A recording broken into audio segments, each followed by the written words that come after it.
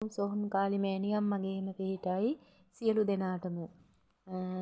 ඉතින් මාගේ දරුවනේ මේ දෙවුල් කරන දරුවන් නිතර අහන ප්‍රශ්නයක් තමා අනේ මෑණියනි මාගේ දෙවොලේ යම් කිසි ඒ කියන්නේ පේන වරමකට ගියත් ඒ පේන වරම මට පැහැදිලි නැහැ. එහෙම නැත්නම් මෑණියනි මගේ දෙවොලේ යම් කිසි කොච්චර පිරිසිදු කරත් කළු කූඹින් එනවා. ඒ වගේම නිතර අපවිත්‍ර වෙනවා.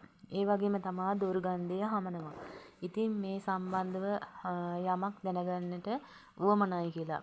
පුතේ මං හැමදාම කියනවා වගේ මගේ දරුවන් හැම වීඩියෝ එකක්ම නරඹන්න අහන්න. මොකද හැබැයි පුතේ එකක් දුකකුත් තියෙනව නැත්තේ නැහැ. මොකද යම්කිසි අය වීඩියෝ නරඹනවා වීඩියෝ අහනවා නමුත් ලයික් කරන්න කමෙන්ට් කරන්න කිසිම උනන්දුවක් නැහැ. ඇත්තට මේක මට වටිනවා. ඉතින් ඔබ හැමදෙනාගෙන්ම කරුණාකර ඉල්ලන්නේ ලයික් කරන්න කමෙන්ට් කරන්න ඔබගේ අදහස් ප්‍රකාශ කරන්න කියලා පළමුවෙන්. ඉතින් යම් දෙයක් තමන් ඉගෙන ගත්තා ඒ වගේම ආදර්ශමත් වුණා පැහැදිලි වුණා අවබෝධයක් ගත්තා කියලා හිතනවා නම් එහෙම කරන්න. ඉතින් දරුවනේ ඇත්තටම කියනවා නම් බොහෝ දුරට පුතේ දැන් සීතල කාලේ ගත්තාම නම් පුතේ අර දේශ ගුණේ වෙනස් වෙනකොට කළු කූඹි වගේ ඒ කියන්නේ දෙවුලට එහෙම නැත්නම් තමන්ගේ මේ පුංචියට හෝ තියෙන කුටි වලට එනවා. ඒ වගේම පැණි රස කෑම වර්ග ඒ කියන්නේ අපි පූජා කරනවානේ පුතේ කැප කරනවානේ. ඒ වගේ වුණාම එනවා. ඒ වගේම පළතුරු වලටත් එනවා. එහෙම නැතුව පුතේ දිනපතා විශේෂයෙන් දිනපතා පිරිසිදු කරන දෙවුලකට නම් බොහෝ දුරට මේ කළු කූඹින් එන්නේ නැහැ. බොහෝ දුරට ওই කළු කූඹින් වගේ පැමිණෙන්නේ යම්කිසි Tamanට දෙයක් කරලා තියෙනවා නම් එතකොට ওই කළු කූඹි වගේ සත්තු වෙනවා. අනිත් කාරණාව වන්නේ දුර්ගන්ධ හමනවා පුතේ. ඒක පිරිසිදු කරේ නැත්නම් කොහොමත් පුතේ දුර්ගන්ධය හමනවනේ. කියන්නේ පරිවිච්ච මල් තියෙනවා නම් ඒවා අයින් කරන්නේ නැත්නම් පහන් වල දැලි කුණු බැඳිලා තියෙනවා නම් ඒවා ඉවත් කරන්නේ නැත්නම් තමන්ගේ තිර ඒ ආන්දලා තියෙන සලු ඒ වගේම දෙවි දේවතාවන්ගේ පිළිම පිරිසිදු කරන්නේ නැත්නම් නානුමුර කරන්නේ නැත්නම් අනිවාර්යෙන් මේ දේවල් සිද්ධ වෙනවා. එහෙම නැති වුණොත් පුතේ දුර්ගන්ධය හමනවා අනිවාර්යෙන් අමනුෂ්‍ය බැල්මක් පෙරේතෙක් බන්දලා තමන්ගේ භූමියට ගෙනත් දාලා තියෙනවා නම් ඒ වගේ දේවල් බොහෝ දුරට සිද්ධ වෙනවා. මොකද මේ ගම්බද ගත්තාම මම හැමදාම කියනවා වගේ මොකද දැන් විශේෂයෙන් ගත්තාම පුතේ දැන් ඔය කොළඹ නුවර මාතර ගාල්ල වගේ නෙමේ මේ පළාත්වල ගත්තාම ඇත්තට ඒ කියන්නේ එක්කෙනෙකුට එක්කෙනෙක් ඉරිසියයි. ඒ කියන්නේ බොහෝ විට ගත්තාම පුතේ දේවාලයක් කරන කෙනෙක් තමා තව දේවාලයක් කරන කෙනෙකුට ඉරිසියා කරන්නේ. ඉතින් ආන් ඒ වගේ වුණාම කෙනෙකුට බලාගෙන ඉන්න බැරුව යම් දේවල් කරනවා. ඒ වගේම භූමියට ගෙනත් දානවා, මග හරස් කරනවා, පෙරේත දැන් සමහර දේවස්ථාන වලට පුතේ දැන් ඔය හිරදෝස කපන්න යනකොට ඒක හොඳට දැනෙනවා. කඩුල්ලෙන් ඇතුල් වෙනකොට පුතේ හරිම දුර්ගන්ධයයි.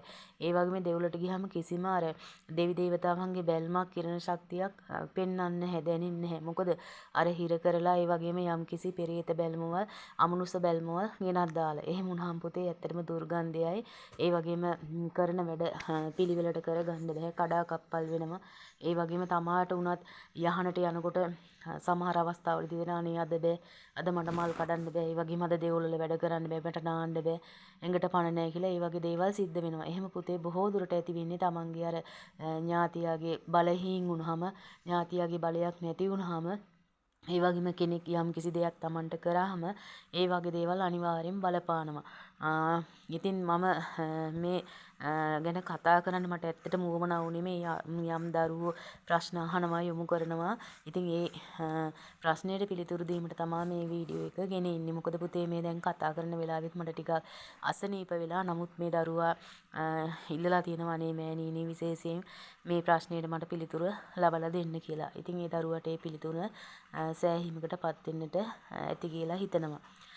ඒ වගේම තමා පුතේ තමන් ඒ කියන්නේ ආධුනික වරන් හිමි කෙනෙක් නම් අනිවාර්යෙන් තමන්ගේ දෙවොල් යහන් නිතර පිරිසිදු කරන්න. ඒ වගේම මං දිනපතා ඒ කියන්නේ වීඩියෝ එකක් කරත් කියන්නේ තමන් වත්පිළිවෙත් ඒ ආකාරයෙන් කරන්න. ඒ වගේම තමන්ගේ මේ දෙවොල් යහන් එක එක්කිනාට අතපත ගන්න දෙන්න දෙවොල් යහන් හදන්න කරන්න බුලත් යහන් දෙන්න තියාගන්න එපා. ඒක තමන්ම ඒවා කරගන්න. අනිත් කාරණාව තමන්ගේ නාලා පිරිසිදු වෙලා ඒ දේවල් කරන්න. වෙලාවට කලාවට පිළිම නානුමුර කරන්න.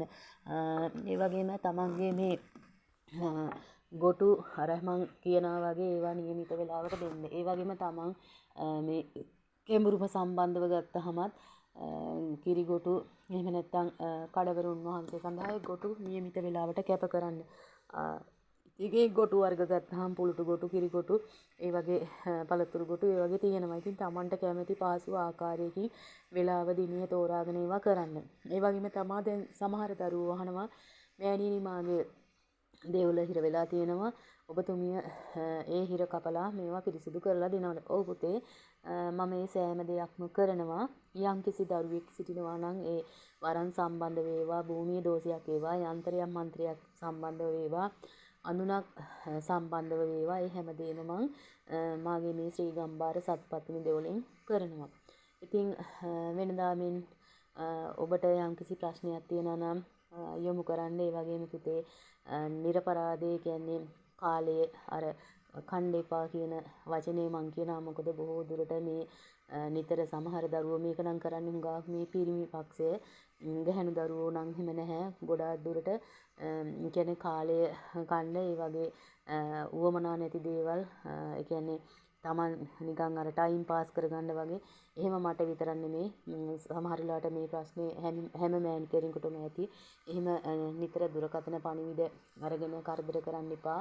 යම්කිසි ප්‍රශ්නයක් තියෙනවා නම් එකපාරක් හරි ඒක දුරකථන ඇමතුමක් දීලා කතා කරලා අහන්න. එහෙම නැත්නම් මේ කරන වීඩියෝ පහකින් තමන්ගේ ප්‍රශ්නය යොමු කරන්න.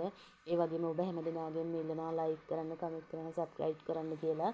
ඉතින් ඔබ හැමදෙනාටම යහපතක් වේවා, නිදුක් නිරෝගීමත් සුබ දවසක් වේවා. ඔබ හැමදෙනාටම උතුම් වූ සොහොන් කාලිමෑණියන් මගේම පිහිටයි.